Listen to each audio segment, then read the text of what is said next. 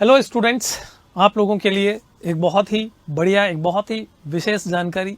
जैसा कि आप देख रहे हैं पीछे यहाँ पर लिखा हुआ है ब्लूप्रिंट, यानी कि मैं आप लोगों को 2025-26 जो एग्ज़ाम आप लोग देने जा रहे हैं वह एग्ज़ाम कैसा रहने वाला है, उसमें आपका पेपर कैसा आ सकता है राजनीति विज्ञान का, उसके बारे में आपको कुछ जानकारी यहाँ पर देना चाहता हूँ। सबसे बड़ी चीज़ ये है कि मैं आपको यहाँ पर ये नहीं बताऊँगा कि ब्लूप्रिंट क्या रहेगा, क्योंकि वो तो मैं इस टाइम नहीं बता सकता, लेकिन मैं एक अनुमान लगा सकता हूं। तो ये 2000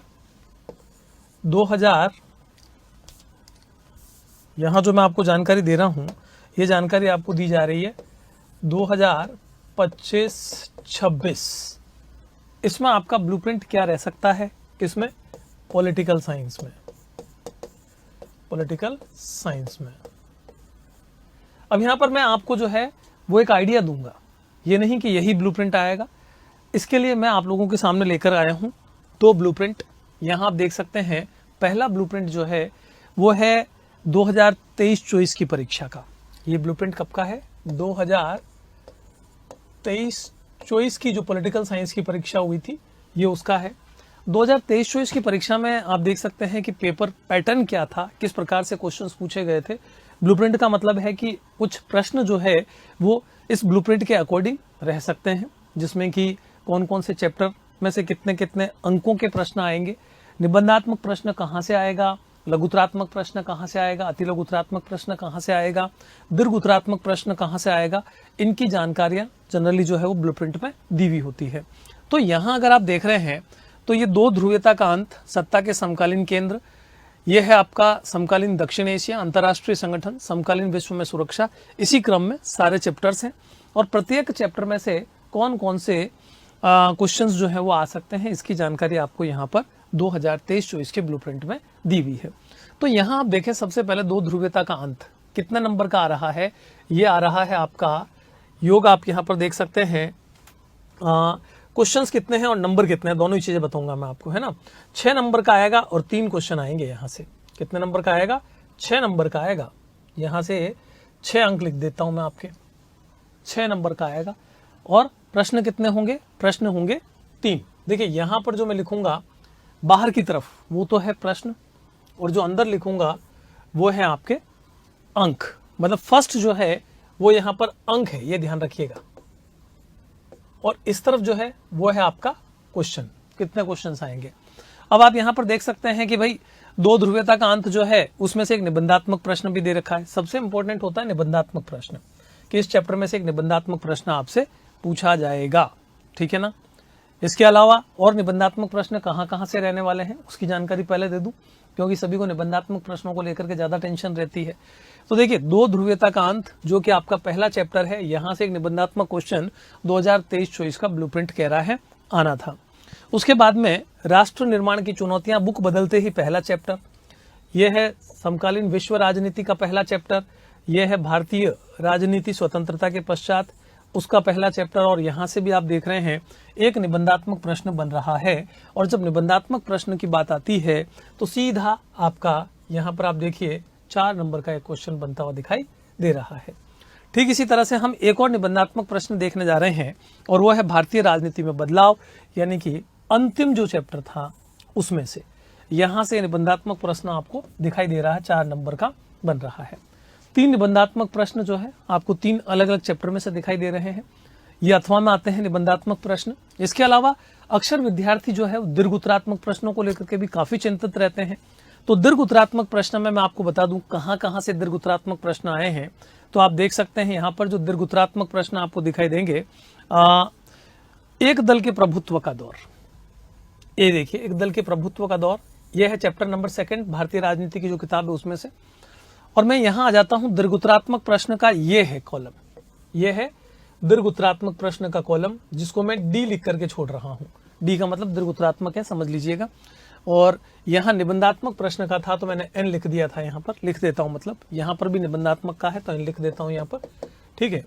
तो यहां पर आप देखें दीर्घोत्तरात्मक जो है वो 2 जगह 2 अलग अलग चैप्टर में दिखाई दे रहा है। एक तो दे रहा है एक दल के प्रभुत्व का दौर, और फिर नीचे जो दिखाई दे रहा है वो लोकतांत्रिक व्यवस्था का संकट, यह है लोकतांत्रिक व्यवस्था का संकट। और यहां पर आप देख सकते हैं ये लोकतांत्रिक व्यवस्था के संकट में भी 3 नंबर का एक क्वेश्चन दिखाई दे रहा है, ठीक है, एक यहां दिख रहा है 3 नंबर का एक क्वेश्चन, यहां पर दिख रहा है 3 नंबर का एक क्वेश्चन। तो 2 क्वेश्चंस तो आपको यहां दिखाई दे गए। अब दीर्घोत्तरात्मक जो है ये तो था ज्ञानोपयोग में से, यहां है अवबोध। अवबोध में भी सत्ता के समकालीन केंद्र में दीर्घोत्तरात्मक दिखाई दे रहा है, यह है सत्ता का समकालीन केंद्र, और यहां दीर्घोत्तरात्मक आपको ये दिखाई दे रहा है इस जगह पर। फिर आप देख सकते हैं अंतरराष्ट्रीय संगठन, यहां पर भी आपको दिखाई दे रहा है दीर्घोत्तरात्मक यहां पर। तो हो गए 2 और 2 4 क्वेश्चन, दीर्घोत्तरात्मक में से 4 क्वेश्चन आते हैं, वो आपको यहां पर दिखाई दे रहे हैं। बाकी आप सभी जो है देख सकते हैं 1 नंबर 2 नंबर के क्वेश्चन कौन कौन से चैप्टर में से आते हैं, ये ज्यादा इतना महत्वपूर्ण नहीं होता है, ज्यादातर आप दीर्घोत्तरात्मक को देख करके चलते हैं। और वैसे आप लोग जो है अगर 2023-24 का और 2024-25 का ब्लूप्रिंट निकाल करके देखेंगे जो कि ऑनलाइन अवेलेबल है, तो आपको पता चल जाएगा कि दीर्घोत्तरात्मक के अलावा कौन कौन से क्वेश्चंस कहां से आ रहे हैं। हमारा मुख्य उद्देश्य है इस बार क्या हो सकता है ना। पिछली बार क्या हुआ, उससे पिछली बार क्या हुआ, वो ज्यादा महत्वपूर्ण नहीं है। इस बार क्या हो सकता है वो ज्यादा महत्वपूर्ण है, मैं उस पर आ रहा हूं थोड़ी ही देर में। अब आ जाते हैं हम 2024-25 ये जो सेशन था, इस सेशन में पॉलिटिकल साइंस में आप देख सकते हैं जो आपका निबंधात्मक प्रश्न जो है, सबसे पहले निबंधात्मक प्रश्न की तरफ ले जाऊंगा आपको, कहां से आए हुए हैं। देखिए निबंधात्मक प्रश्न के लिए एक तो मुझे यहां पर एक क्वेश्चन दिखाई दे रहा है, एक यहां दिख रहा है, ये 2 तो जगह यहां पर दिखाई दे रही है। ये तो हो गए किसमें से, विश्लेषण में से। क्या कौशल में भी कहीं पर है क्या, तो कौशल में एक जगह दिखाई दे रहा है, ये इस जगह पर है ना। और यहां मैंने गलत कर दिया था, ये नहीं है, ये भी नहीं है। निबंधात्मक प्रश्न 2 नंबर का नहीं, बल्कि ये यहां पर है। और निबंधात्मक प्रश्न हम देख लेते हैं ज्ञानोपयोग में से, निबंधात्मक प्रश्न नहीं है। फिर हम आ जाते हैं अवबोध में से, तो अवबोध में निबंधात्मक प्रश्न नहीं है। फिर हम आ जाते हैं ज्ञान में से, तो निबंधात्मक प्रश्न यहां पर मौजूद है, ठीक है ना। और टोटल ठीक, तो 3 क्वेश्चन आते हैं, 3 अलग अलग जगह आप देख सकते हैं, ये है 1, ये है 2 और ये है 3। क्योंकि यहां पर आप देख सकते हैं 4 नंबर के क्वेश्चन है, एक क्वेश्चन आता है तो बकायदा यहां बहुत क्लियर लिखा हुआ है 4 और 1, यहां लिखा हुआ है 4 और 1, यहां लिखा हुआ है 4 और 1। तो 4 नंबर का एक क्वेश्चन कौन कौन से चैप्टर में से बन रहा है, 2 ध्रुवीयता का अंत में से बन रहा है। फिर आ जाते हैं हम पर्यावरण और प्राकृतिक संसाधन में से बन रहा है, नॉट पर्यावरण और प्राकृतिक संसाधन, वैश्वीकरण में से बन रहा है, सॉरी ये वैश्वीकरण है, वैश्वीकरण में से बन रहा है, वैश्वीकरण से भी नहीं, उससे भी नीचे आना पड़ेगा, राष्ट्र निर्माण की चुनौतियां, ये राष्ट्र निर्माण की चुनौतियों में से बन रहा है। फिर बन रहा है, आप देखेंगे यहां पर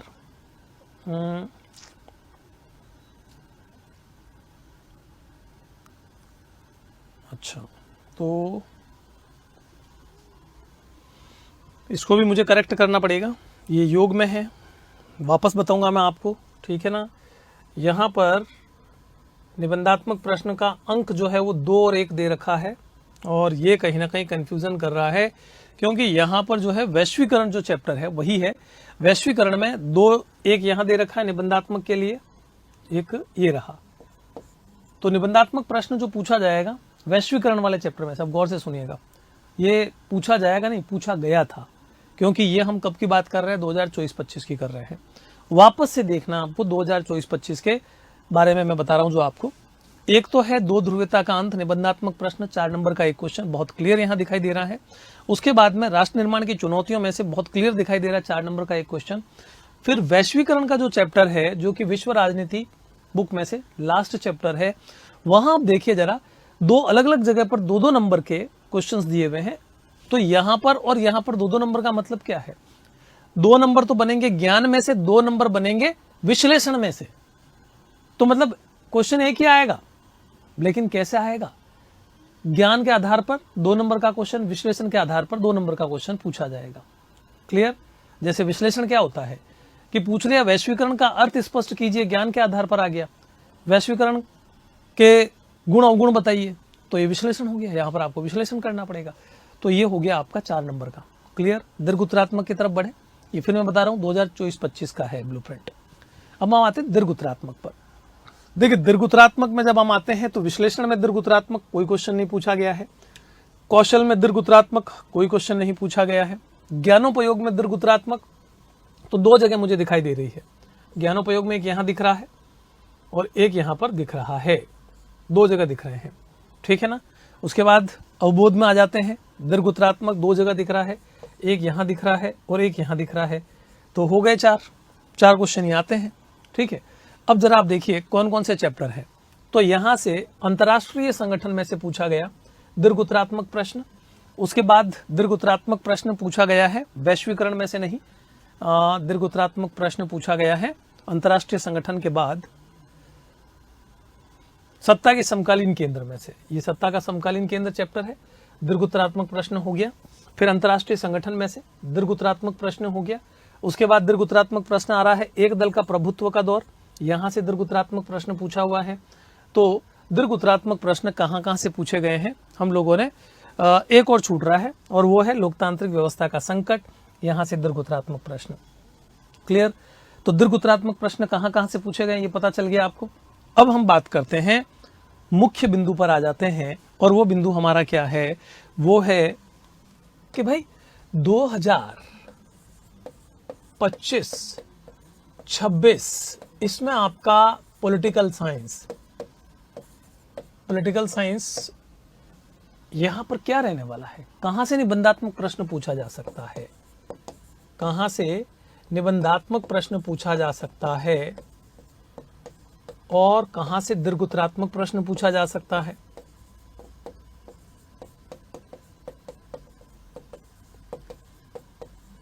तो भाई मैं तो यही कहूंगा कि निबंधात्मक प्रश्न और दीर्घ उत्तरात्मक प्रश्न मैं जो बता रहा हूं नॉट श्योर कि उसमें से पूछा जाए, क्योंकि भाई देखिए ये तो बनाने वाले हैं, है ना। बोर्ड क्या सोच रहा है, बोर्ड में जो बना रहे हैं वो क्या सोच रहे हैं, ये उन पर डिपेंड करता है। बट मैं क्या सोच रहा हूं मैं आपको बता सकता हूं।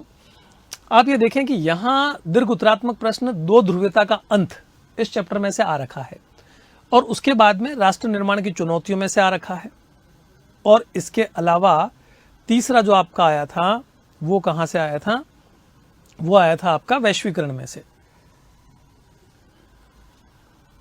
वैश्वीकरण में से।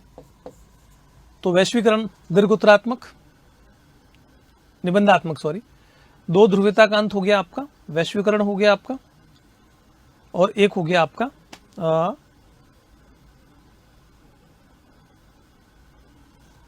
वैश्वीकरण हो गया, और फिर हो गया राष्ट्र निर्माण की चुनौतियां, है ना।